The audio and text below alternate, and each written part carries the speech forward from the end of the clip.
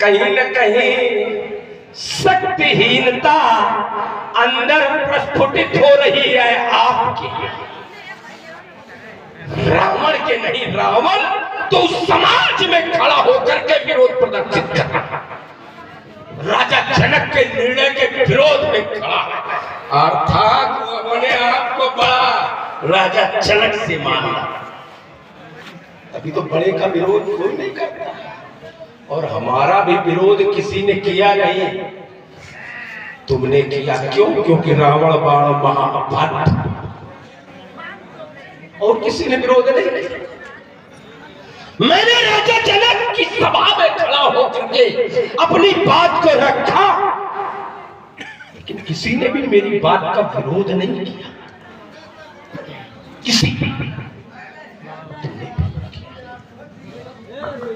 इसलिए हमारी बात जहां की तहां, हाँ, आपने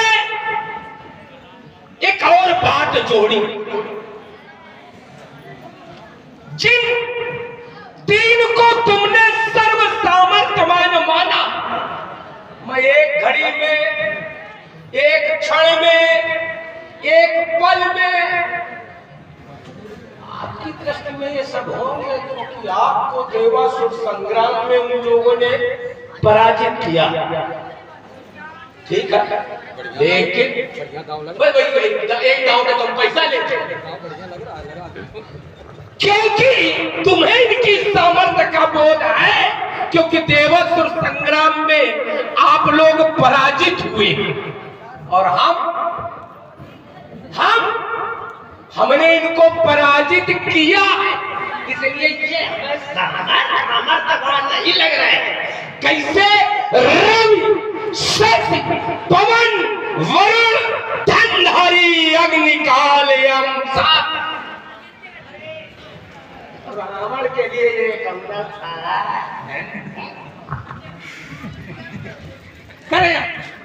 चलो, हेलो, बढ़िया। हाँ, हमारे आदमी जो बड़ा होता है वही श्रेष्ठ होता है, ठीक बात। वाल्मीकि रामायण में एक अर्धाली, मुझे श्लोक का एक चरण मुझे याद आ रहा है। ज्ञान वृद्धः वयो वृद्धः, जो ज्ञान में बड़ा होता है वही उम्र में भी बड़ा होता है, ठीक है। राजा जनक ज्ञान में बड़े हैं। अब आप विचार ये करना है कि जो ज्ञान में बड़ा है, संभालना पंडित जी, आपका ही शब्द है। अगर राजा जनक ज्ञान में बड़े हैं, आपने स्वीकार भी किया है, अब ईमानदारी से उत्तर यह होना चाहिए कि जो ज्ञान में बड़ा है, क्या उसको ये भी ज्ञान नहीं है कि गुरु के प्रति हमारी क्या कर्तव्य निष्ठा होनी चाहिए? पंडित जी, ये छोड़ रहा हूं, नहीं, पूरी यात्रा आपने, चलिए, अच्छा कह रहा हूं कि छोटे छोटे शब्दों में हो, चलो ठीक, दो शब्दों में हो। अच्छा तब लगेगा जब यही छोड़ा जाए, और आपको मैं धन्यवाद देता हूं, इसीलिए हमें अच्छे लगते हो, इसलिए हमें अच्छे लगते हो। हम तो कहते हैं क्या, हाथ में खंजर नहीं, हाथ में खंजर नहीं, आंखों में पानी चाहिए। ओ बाबा,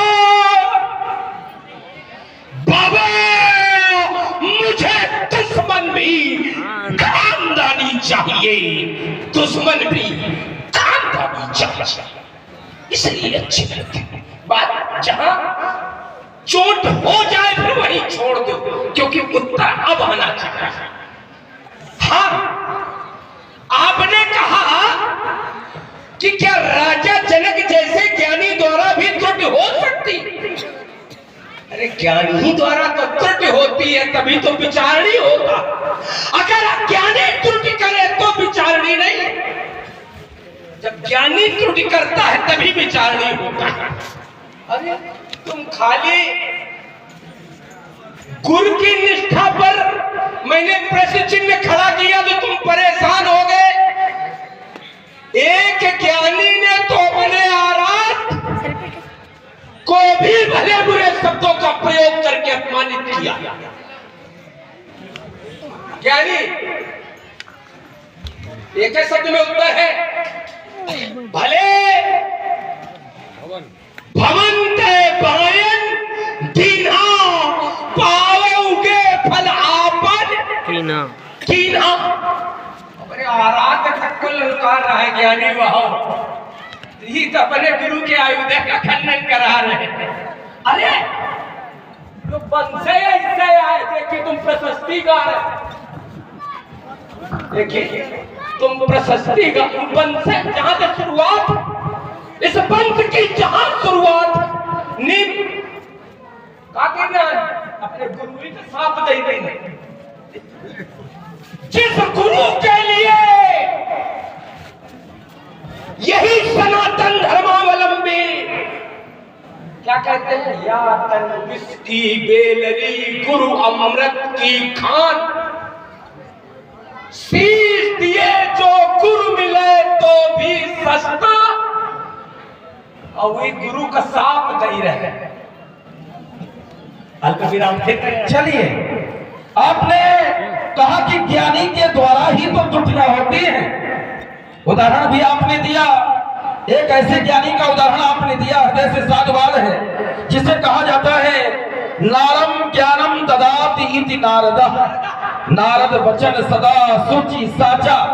नारद ना नाम नहीं का रद नाम योजना का, जिसकी योजना कभी रद न हो ऐसे व्यक्तित्व का नाम नारद। और ऐसे नारद के द्वारा, एक ज्ञानी के द्वारा अपने स्वामी का अपमान कर दिया गया। आपने दोहा भी पढ़ा, भले भवन बायन दीनहा पावो घोए इत्यादि जो भी कुछ।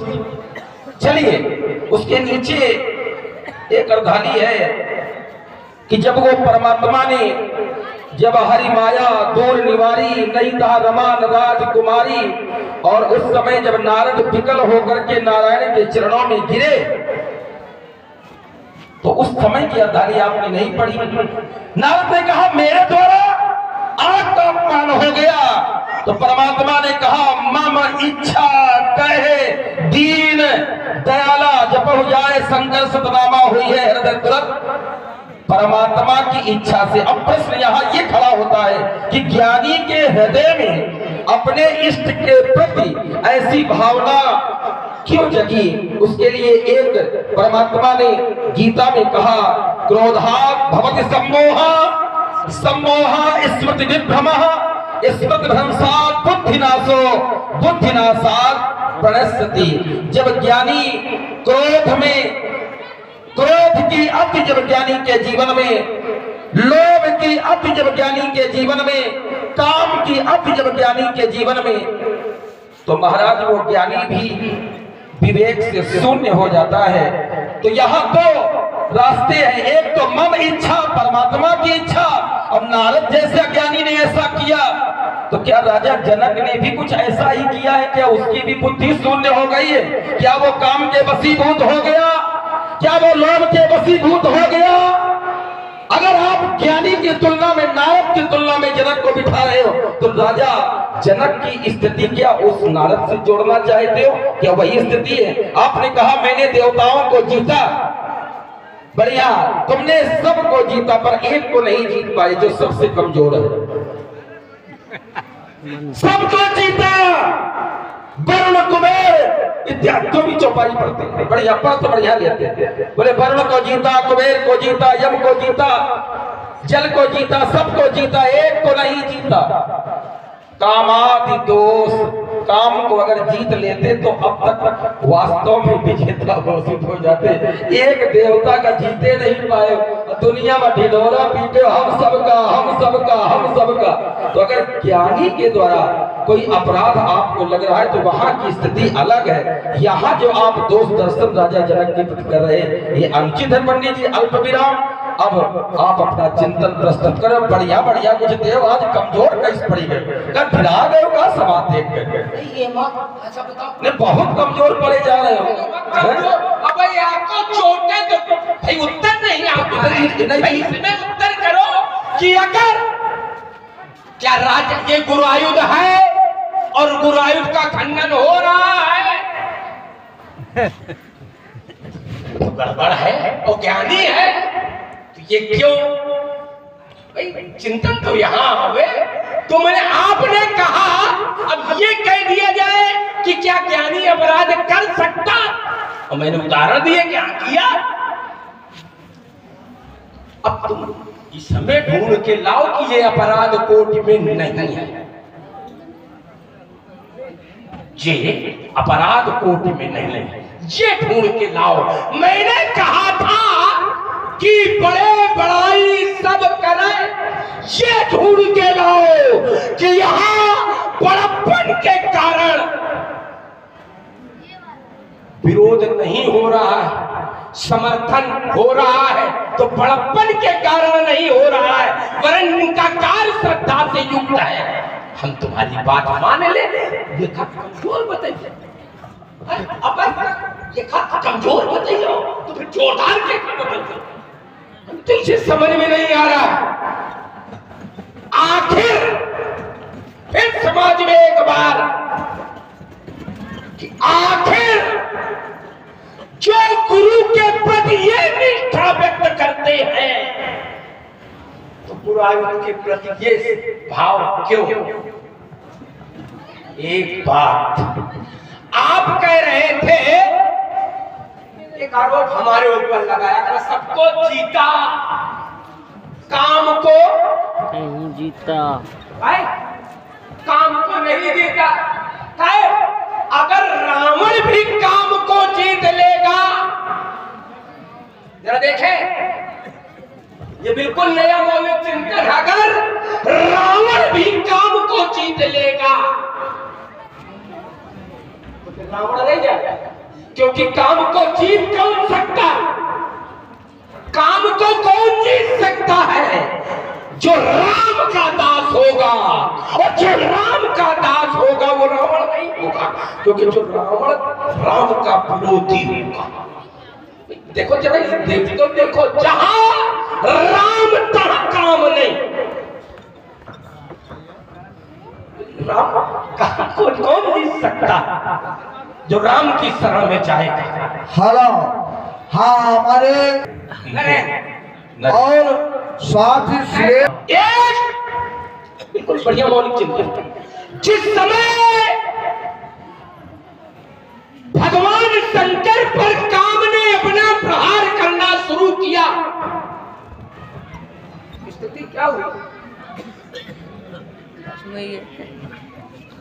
स्थिति जन सामान्य भी काम से लिप्त हो गए। और उसको एक शब्द में कह दूं तो सब कुछ स्पष्ट हो जाएगा। अबला पिलो कई पुरुष में, पुरुष सब अबला मई। चलिए, जब ये स्थिति हुई तो आप जैसे आचार्य से या उधर आचार्य से पूछा गया तो फिर संतुलन कैसे बना, गलजे राखे अमुक चलिए ते उबरे ते ही काल। बढ़िया बढ़िया बढ़िया बिंदु है। आपने कहा कि काम को मैंने इसलिए नहीं जीता क्योंकि मैं राम का विरोधी हूं। वाह पंडित जी, हंसी आती है, आज मस्तिष्क काम कर नहीं रहा है, आज मामला है कुछ गड़बड़ है। हाँ चलिए, आपने कहा कि जो राम के पक्ष में रहता है वही काम को जीत सकता है, और मैं राम का विरोधी। बढ़िया उदाहरण क्या दिया, बोले धरी न काहू धीर, सबके मन मन सिज हरे, जे राखे रघुवीर। ते उबरे ते ही काल मोह। बढ़िया बोले मैं राम का विरोधी हूं। हमारा चिंतन करना, बिंदु आपके बहुत आए हैं पर इसी पर मैं यात्रा करे ले रहा हूं। राम के विरोधी आप अपने आप को बता रहे हैं। हेलो कौन है राम? हेलो चलिए राम है कौन? आइए थोड़ा चिंतन कर लेते हैं। मौलिक चिंतन है पंडित जी, और शब्दों का ही खेल होता है। हमारी आपकी कोई संपत्ति की लड़ाई तो है नहीं, आपका मौलिक चिंतन है। राम कौन? आचार्यों ने कहा रमन्ते योगिनो नन्ते, रमन्ते योगिनो नन्ते नित्यानंदे चिदात्मनि। सभी की आत्मा में रमन करने वाले राम, जन जन में रमन करने वाले राम, रामो विग्रहवान धर्मः, सबके हृदय में व्यापक है राम। राम ब्रह्म, राम ब्रह्म व्यापक है राम, वो ब्रह्म है राम। और अगर राम ब्रह्म है तो क्या वो लंका में नहीं है? अगर वो जन जन में राम है तो क्या रावण के हृदय में नहीं है? चलिए इसको थोड़ा सा और सरल कर लेते हैं। आपने कहा कि जो राम का विरोधी होगा, मैं राम का विरोधी हूं, इसलिए मैंने काम को, जहां राम तहां काम नहीं, जहां काम नहीं राम, तुलसी कबहू न रह सके रब रजनी एक ठाम। मैं एक चिंतन दे रहा हूं, मिथिलावासी ध्यान से सुनना। अगर राम के ये विरोधी है आचार्य जी, अगर ये राम के विरोधी है तो रामा युद्ध अंकित कहे शोभा बरनी न जाए क्यों। छोड़ रहा हूं पंडित जी। बढ़िया, ऐसा है लाना, बिल्कुल बिल्कुल यही से छोड़ कर। हाँ छोड़ के लाना। जिस समय इतना देखो, इतना जुड़ा हुआ उत्तर कोई करेगा नहीं। जिस समय करो अनरण का पद मेरे द्वारा किया गया। हाँ बढ़िया, ठीक ला रहे हैं। हिम्मत थोड़ा बनाए दे ताकि घबराओ ना। हम घबराते अगर घबराते तो इतनी लंबी यात्रा हो। एक ही चिंता नहीं है कि रामत जगन्नाथ बजे तलवाला। तो जिस समय अनरण का पद मेरे द्वारा किया गया तो वहां से एक नरसिंह की मूर्ति मिली। अब मूर्ति को लेकर के मैं लंका पहुंचा।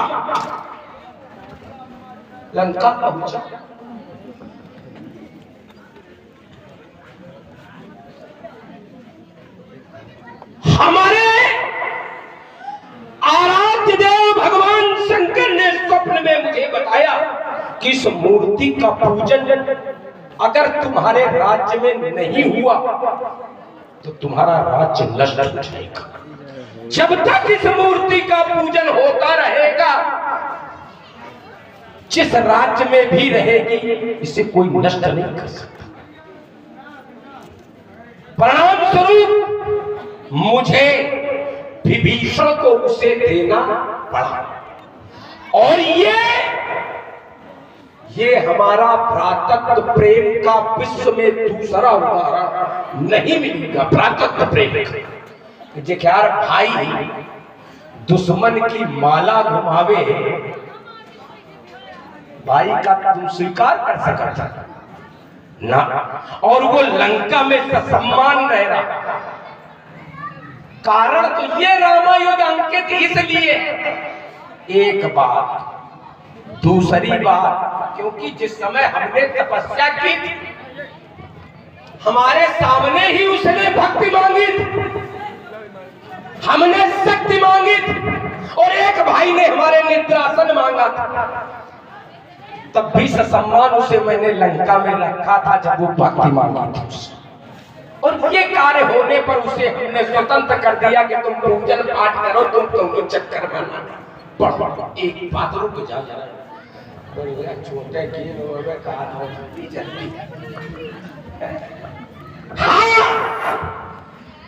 इसलिए वो लंका में सम्मान रह रहा है। तुम्हारे यहाँ जो काम तुम्हारे के लोग, एक पैदा हुईगा राम भक्त, एक पहला अब थोड़े दिन पहले रहा। तो चाचा चाची ताऊ मामा मामी बुआ फूफा सबों के पीछे लाठी ले होलिका बुआ वो चली आई, चलो हमारा राम भाई और देखो ये कितना बड़ा कलेजा सम्मान। चलिए अब तो बात हो गई, कुछ रह गई, जितने छोड़ कह दिए, बातें पूरी हुई। बढ़िया दाव लगाया पंडित जी, साधुवाद है, हृदय से बड़ा अच्छा लगता है। आप जैसे व्यक्तित्व जब सामने खड़े होते हैं तो पन्ना वाला नहीं होता है, नहीं जब बढ़िया आएगी तो बढ़िया उत्तर होगा स्वाभाविक, और पन्ना वाला होना भी नहीं चाहिए, क्योंकि समाज को गुमराह करके, समाज को जो इतना धन खर्च कर रही है, अपने कमाए हुए परिश्रम से कलाकारों का चयन किया जाता है और वही पन्ना पलट दिया गया। बोले पिछले साल, बोले वही पन्ना, बोले इस साल, बोले वही पन्ना।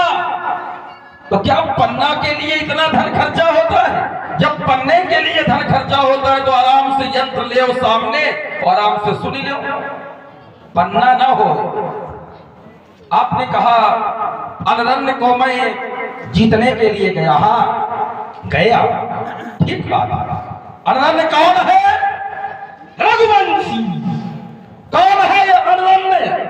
तो उत्तर मिला सूर्य वंश का वो राजा, इक्ष्वाकु वंश का वो राजा, परमात्मा राम के पूर्वज अनरण्य। अनरण्य को आपने मारा, अनरण्य ने आपको श्राप दिया, मेरे वंश में उत्पन्न होने वाले के द्वारा तुम्हारी मृत्यु होगी। बल्कि वाल्मीकि जी में तो नाम तक आया है, अज होंगे, दशरथ होंगे, खटवांग होंगे, दीर्घबाहु होंगे, सगर होंगे, अंशुमान, दिलीप, भगीरथ इत्यादि इत्यादि राजा। उसके बाद दशरथ होंगे, दशरथ का पुत्र जो होगा वो तुम्हारा इत्यादि। वहां पर आपने अनरण्य को मारा। आइए मुख्य बिंदु जो आपने जहां छोड़ा है, आपने नरसिंह की मूर्ति उठाई। उस नरसिंह की मूर्ति की विशेषता थी, जिस जगह पर वह मूर्ति रखी जाती है कभी उस राज्य में अकाल नहीं पड़ता है। स्वार्थ के कारण आप उस मूर्ति को लेकर के आ गए।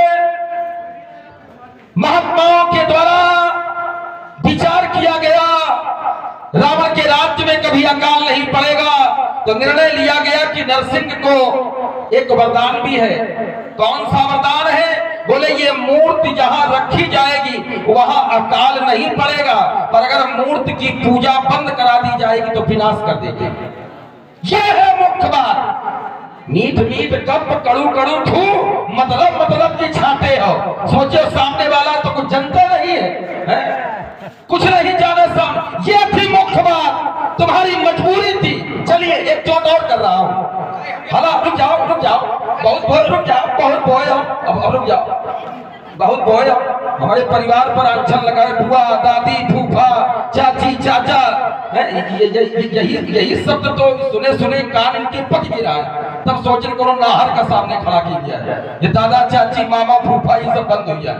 चलिए आपने नरसिंह को स्थापित किया अपने लंका में, स्वार्थ बस।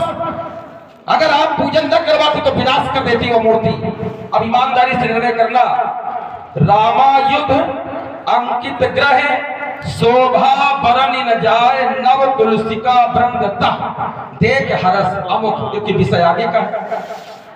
अब सच ये बताइएगा कि नरसिंह भगवान का जो चिन्ह है वो क्या है? ये चिन्ह जो अंकित है रामायुध, राम का आयुध धनुष। और जिस समय नरसिंह ने अवतार लिया उस समय ना अस्त्र से मरूं ना शस्त्र से मरूं। जब कोई अस्त्र शस्त्र थे ही नहीं तो ये रामायुध, ये आयुध कहां से आ गया? ये मेरी समझ में नहीं आया। पहली बात, इसे पंडित जी पहली बात। दूसरी, आपने आरोप हमारे ऊपर लगाया। आपने कहा कि तुम्हारा एक परिवार में प्रहलाद नाम जपत प्रभु कीन प्रसादु भगत शिरोमणि हे प्रहलादो,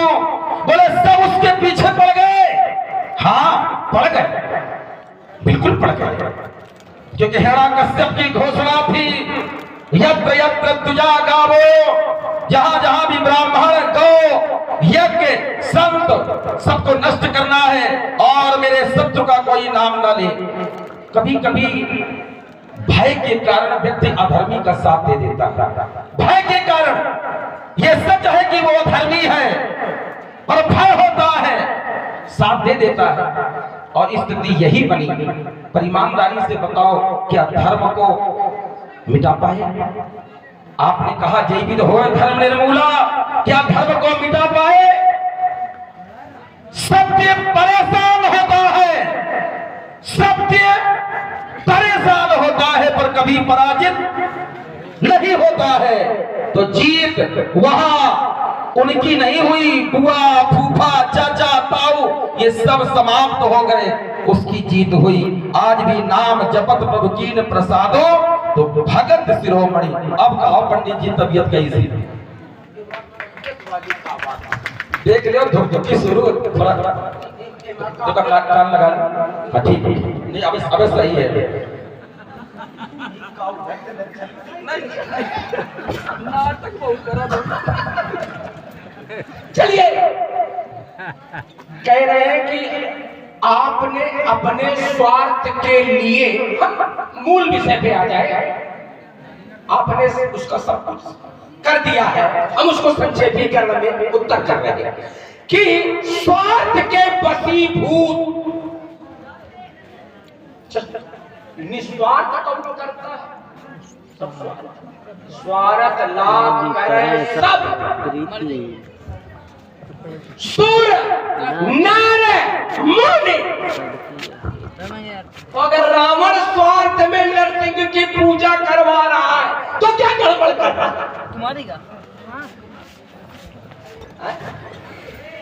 अरे रावण स्वार्थमा और राजा जनक स्वार्थमा, देखो कहे जिनके लिए, इनके लिए स्वार्थ नहीं लिखा गया, बाकी सबके लिए स्वार्थ लिखा गया। सूर नर मुनि, मुनि नहीं है कौन? नहीं, वही जो करवा रहे हैं स्वार्थ मटू लिखे ना, वो क्या है? पुर नर नार सुभाग्य सोच संता, और संत को स्वार्थ नहीं परमार्थ में रखा गया। संत ऐसे जोड़ के देना, संत बिटप सरिता गिरी धरणी, इनके लिए स्वार्थ नहीं बताया गया। क्या बताया गया? परहित लाग सबन की करनी, ये है परहित लाग तजय जो देही संतत संत प्रसंतत। ये चक्कर में ना राजा को हमने कहा पूरा कर दे, हम आपके पक्ष में है कि पूरा कर दिया जाए। और कोई बात, हमारा अर्थ ये नहीं है कि आपको हम रोक रहे हैं कि इस समय समय चक्कर में इनका फांस लो, हमार जय जय। चलिए, एक बात, दूसरी बात, एक बात पे जोर दिया गया, भगत शिरोमणि भे प्रहलादु। भगत शिरोमणि जिन प्रहलाद की प्रशस्त तुम गा रहे, तो फिर क्या उसके बाद की संतति प्रहलाद के पद चिन्हों पे चली, या स्वयं प्रहलाद? आज एक ऐसी बात लेके जाऊंगा, क्योंकि कुछ ऐसे लोग हैं, स्वयं प्रहलाद वो अहम का वशीभूत प्रहलाद, भगत शिरोमणि के प्रहलादु, भगत शिरोमणि जिस समय वो भी सत्ता पर पहुंचा, तो सत्ता का काम क्रोध मद लोभ मोह सब जागृत हो गया। याद करो वो देवासुर संग्राम, जिसमें 6 मास तक युद्ध होता रहा, निर्णय नहीं हुआ। सारे देवता और दैत्य मिलकर के ब्रह्मा के पास पहुंचे। ठीक है, सारे देवता और दैत्य मिलकर के ब्रह्मा, तो दैत्यों का नेतृत्व तो मालूम कौन कर रहा था? प्रहलाद, इनकी प्रशस्ति कहा है। ब्रह्मा के पास पहुंचे और ब्रह्मा से पूछा कि इसका विजेता कौन होगा? तो उन्होंने एक राजा का नाम बताया।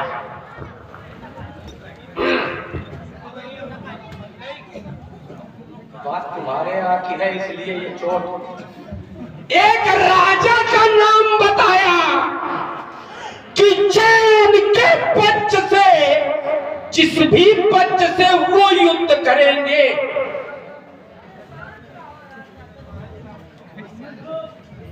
वो युद्ध करेंगे, विजेता वो होगा। दैत्य से पूछा गया, प्रहलाद से पूछा गया, प्रहलाद से कहा गया कि जाओ उनको अपने ध्वज तले युद्ध करने के लिए कहो। तो प्रहलाद ने जब उनसे वार्ता की तो उन्होंने कहा कि हम युद्ध करने को तुम्हारे पक्ष से तैयार हैं, लेकिन वो युद्ध मेरे नाम पर होगा, उसमें नेतृत्व तो हमारा होगा, तुम्हारा नहीं। प्रहलाद, अहम का डूबा वो प्रहलाद, उसने इसे अस्वीकार कर दिया। दैत्यों ने इसे अस्वीकार किया, देवताओं ने उसे स्वीकार किया और देवता विजयी हुए। फिर देवलोक पर उसका अधिकार हुआ। उसके मर जाने के बाद उनके पुत्रों का विवाह हुआ। कैसे तबीयत है? कार्य के प्रहलाद के अंदर ये मेरा, ये तेरा, ये युद्ध मेरा, ये राज्य मेरा, ये सत्ता मेरी, ये लोलुपता फिर कहां से? बड़े भगत सिरोमा बे प्रहलादू, ये सब बातें कहाँ की हमें? रावण से चाहता साफ साफ।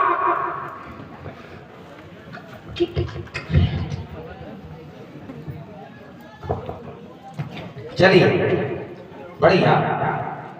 प्रहलाद की बड़ी सुंदर गाथा आपने सुनाई समाज को। एक नहीं, एक आगे 50 सुनाई बे, 50। हाँ, 50 सुनाई। एक दिन ऐसा आगे कि चले मरुद 49 और एक मिल के 50। चलिए, प्रहलाद को आपने दोषी बना दिया। देखिए, इस पर चिंतन ये करना है कि प्रहलाद को क्रोध आया। विष्णु पुराण की आपने चर्चा की है। प्रहलाद, साधुवाद पंडित जी, इतना साधुवाद।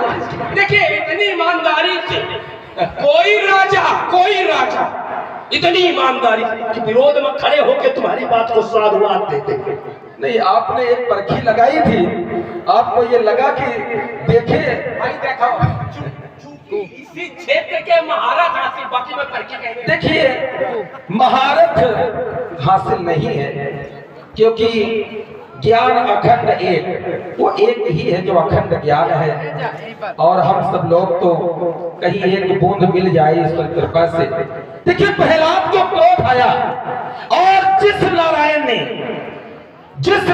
ने प्रहलाद को वरदान दिया, सिंहासन दिया, खंभे से प्रकट हुआ, उसी नारायण के सामने प्रहलाद खड़े हो गए और बड़ा भयानक युद्ध हुआ। बिल्कुल आपकी बात सत्य है। अब चलिए, इस पर थोड़ा चिंतन कर लेते हैं। अब इस पर थोड़ा सा आपने प्रसंग छेड़ा है तो इस पर चिंतन करते हैं।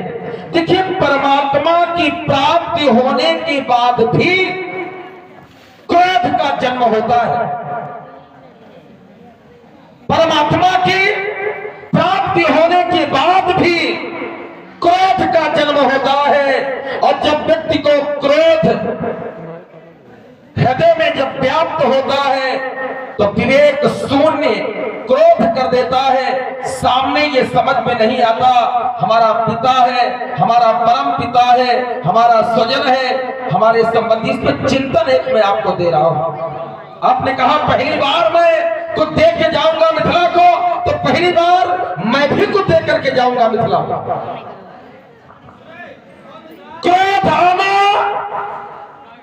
विवेक की शून्यता का प्रचारक। परमात्मा की प्राप्ति होने के बाद एक राजकुमार और है जिसका नाम है ध्रुव। ध्रुव सगलानी जपो हर नाऊ पायो अचल अनुपम ठाऊ। परमात्मा को उसने प्राप्त किया पर क्रोध को नहीं जीत पाया। परमात्मा प्राप्त हो गए, दर्शन हो गए और इसके बाद भी यक्षों की सेना का विध्वंस कर दिया। कहने का भाव यह है कि प्रश्न किया गया कि परमात्मा दर्शन के बाद भी ये क्रोध का जन्म क्यों? तो उत्तर मिला कि सत्संग की न्यूनता। प्रहलाद को भगवान मिले पर सत्संग जहां होता है, ध्रुव को भगवान मिले पर सत्संग हमें विवेक देता है। बिन सत्संग विवेक न होई। अगर भक्त ने भगवान के सामने युद्ध किया, अरे हमने तो ये जाना है कि भगवान और भक्त का युद्ध कई बार हो चुका है। एक बार तो सुमिर पवन सुत पावन नामो अपने बस करी, वह आमने सामने हो गए। ये कौन सी नई बात बता रहे हो? युद्ध हुआ। युद्ध है। अच्छा युद्ध नहीं हुआ? ईमानदारी से आप बताओ क्या वो युद्ध? अच्छा क्या था? वो बाण मारते थे, वो केवल नाम लेते थे, युद्ध नहीं। अच्छा युद्ध का अर्थ क्या होता है? नहीं युद्ध नहीं, इसको क्या कहोगे? देखिए, युद्ध में अगर दूसरा पक्ष निस्सहाय होकर के बैठा है, मात्र उसी का सुमिरन कर रहा है, इसीलिए बाण पर प्रभावी नहीं। अच्छा, सामने वाला अगर कुछ ना करे, यही तो कहना चाहते हो? चलिए एक बार विश्वामित्र और वशिष्ठ आमने सामने थे और वशिष्ठ ऐसे ही खड़े थे। क्या वो युद्ध नहीं था? भाई आपका कहना है कि वो सामने भक्त खड़ा था और उधर से बाण चल रहे थे। अच्छा, सामने व्यक्ति खड़ा हो और सामने से बाण चल रहे हो तो युद्ध नहीं है ये? युद्ध कितने प्रकार का होता है? वाक युद्ध, अस्त्र युद्ध, शस्त्र युद्ध, वाणी का भी युद्ध होता है। क्या वाणी का युद्ध नहीं होता है? क्या नेत्रों का युद्ध नहीं होता है? क्या शस्त्र का युद्ध नहीं होता है? तो इस तरह तो वशिष्ठ भी खड़े थे, बाण चल रहे थे। अब आप जैसे व्यक्ति हो तो बोले युद्ध कहा, वो तो सामने नहीं। एक व्यक्ति सामने खड़ा है, सामने वाला बाण चला है। जब कोई बाण चलाता है तो क्या प्रेम से चलाता है? प्रेम से चलाता है। अच्छा, युद्ध का अर्थ क्या करोगे आप अपनी दृष्टि से बताएं कि इसका अर्थ क्या करोगे? युद्ध माने क्या है? जबरदस्ती तुम लोग करते को शस्त्र युद्ध, मल्ल युद्ध, वाक युद्ध, हमने तो यही युद्ध जाने हैं। हाँ, ये सब ठीक, लेकिन अगर दूसरा पक्ष केवल आपका ही नाम जप रहा तो क्या युद्ध की कोर्ट में उसे खड़ा किया जाएगा? एक बात। दूसरी बात, चलिए उदाहरण जो तुमने रखा किसका? वशिष्ठ का। तो वशिष्ठ ने किया क्या था? वशिष्ठ ने सैनिकों से लड़ने के लिए, चलिए वशिष्ठ ने क्या क्या किया? सैनिकों से लड़ने के लिए क्या किया? उन्हीं गैया मैया से निवेदन किया। वो रमाने लगी, उनके मुंह से सैनिक निकले, उन सैनिकों ने युद्ध किया। जो विश्वामित्र, जिनका नाम विश्वरथ, बस उनको याद पूछने लगो, हमें तो बड़ा डर लगे थे कि तुम लोग इस समय बिल्कुल तैयार। तो विश्वरथ ने जिन अस्त्र शस्त्रों का प्रयोग किया तो उन्होंने दंड, और दंड से टकरा करके सारे अस्त्र शस्त्र निस्तेज। तो उन्होंने उनके अस्त्र शस्त्रों का उत्तर दिया, लेकिन जहां की बात तुमने कही वहां कोई उत्तर प्रत्युत्तर नहीं, वहां केवल राम का भजन हो रहा है, इसलिए उसको युद्ध की श्रेणी में नहीं रखा। राम का भजन करने वालों पर बाण की वर्षा। हाँ, कारण इसको क्या कहेंगे? इसको केवल क्या ये उसकी परीक्षा थी कि ये विचलित होता है कि नहीं, और विचलित ये देखिए सामने राम का नाम लेने वाले पर बाण की वर्षा, राम का नाम लेने वाले पर बाणों की वर्षा, इसको क्या कहेंगे आप युद्ध स्वीकार नहीं कर रहे हैं। भक्त की परीक्षा है, मैं केवल इतना कहूंगा कि ये भक्त की परीक्षा है, और कायदा तो ये है कि यो काम हमें करो चाहिए जो तुम कर रहे हो, ये जिद का काम, ये जबरदस्ती की बात, ये रावण करे तो ठीक है, कम से कम तुम तो न करो, ये रावण करे ठीक, तुम तो न करो। हाँ देखिए, मैं एक नई बात ढूंढ के इसमें देखो प्रवेश करा रहा।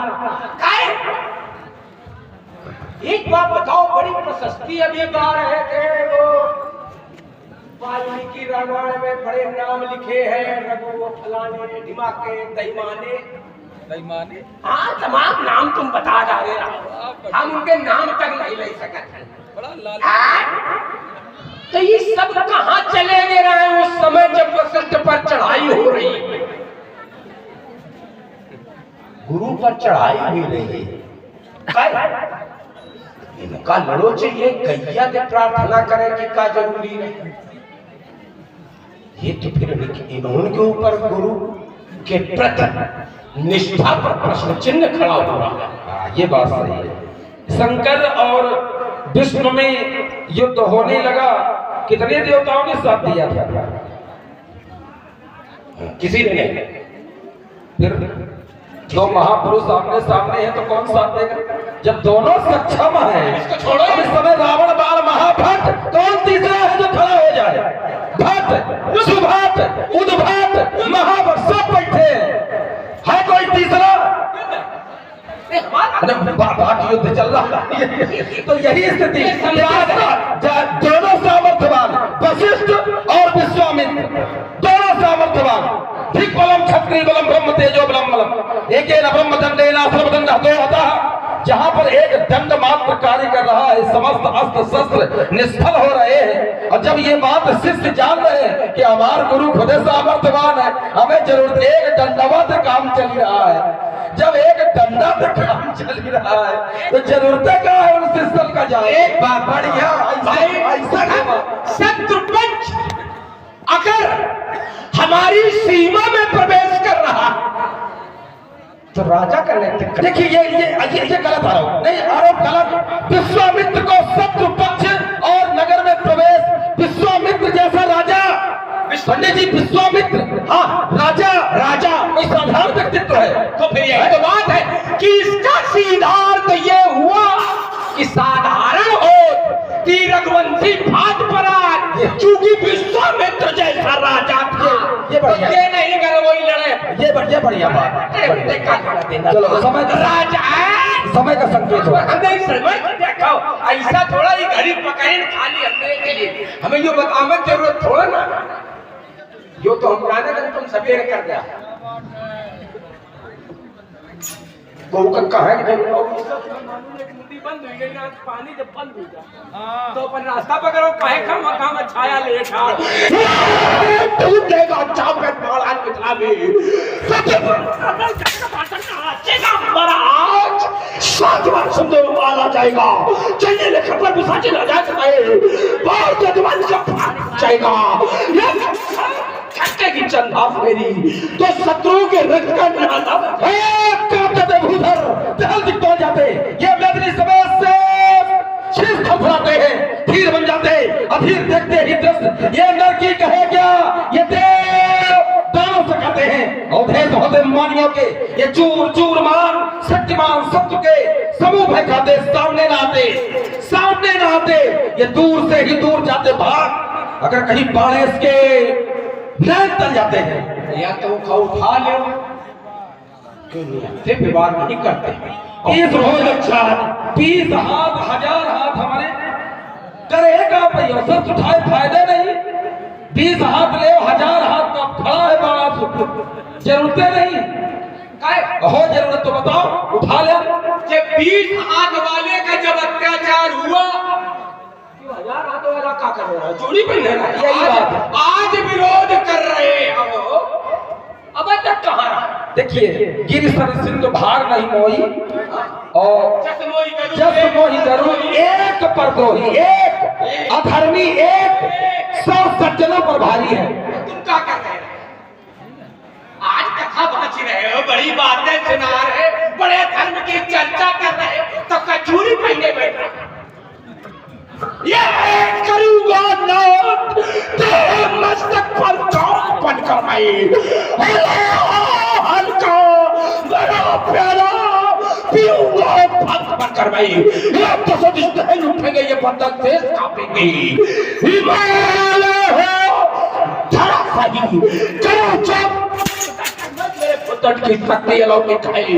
पहले जुबान भूतल पर करूंगा जंग खिचला अंबर से, ये दिनकर दिवाकर को खिचला, संकर्षण शेष को पाताल से खिचला, दिग्गज दिक्पालों को दिशाओं से खिचला, सभी को महाकाल के भाल से खिचला, 49 पवन के प्रबल देख को खिचलाओ, दहकते पुच्छल चारों को जौन से खिचलाओ, लंका से वीर बाकरे बलवानों को बड़ा बड़ा है आज बल्लभगढ़ के लाल से, बल्लभगढ़ के लाल से, बल्लभगढ़ के लाल से कहो ना करो। हेलो, ये श्री मैंने इन पर लगाया प्रतिबंध और तुम हम प्रतिबंध के विरोध में बढ़ाओगे, लगाओ हाथ। भाई देखो कहीं चैला चीर के डाल दे। वाह, चैला चलो चीर तो खैर रहे हो महाराज, 6 महीना चीरे के बाद आधा तो रातों दिन चीर रहे हैं पंडित जी, और इतना जब भगवान दे रहा है तो चैला चीरे क्या जरूरत है? ये सब काम हम मनाई चीरे की बात में तो कथा चैला हमका लाख का लोहार वाला काम करने लगे, स्थिति ये हो गई।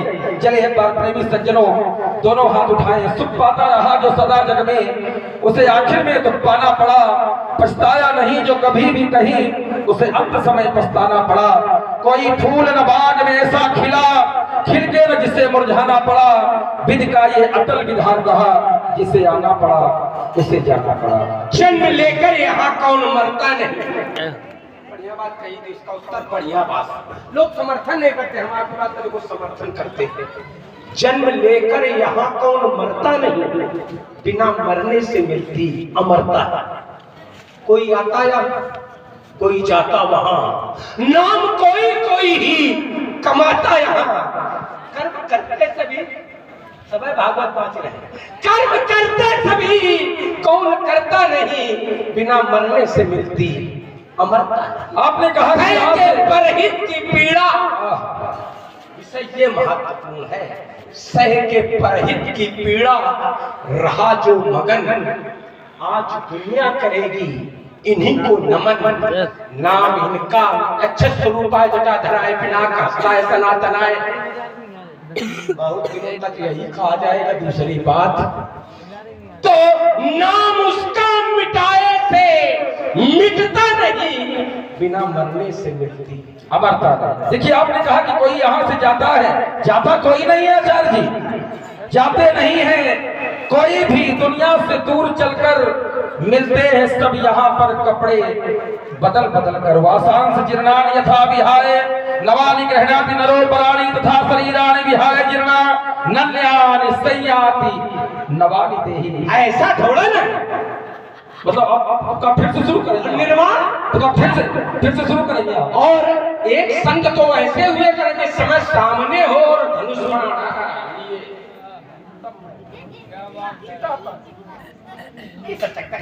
एक बात। चलिए प्रेमी सज्जनों दो ये हमारा आपका विषय नहीं, हमारा आपका विषय तो यहाँ है।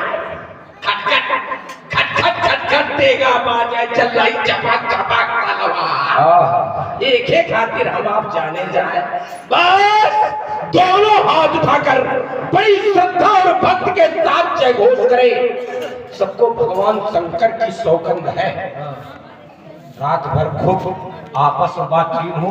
अब समय में है कि दोनों हाथ उठाकर बड़ी श्रद्धा, जो न उठाई तो अगले जन्म अपन सोच भी हो सब लोग, तो दोनों हाथ उठाकर बड़ी श्रद्धा और भक्त के साथ जय घोष करे, बोले जगत गुरु भगवान शंकर की जय भोलेनाथ की।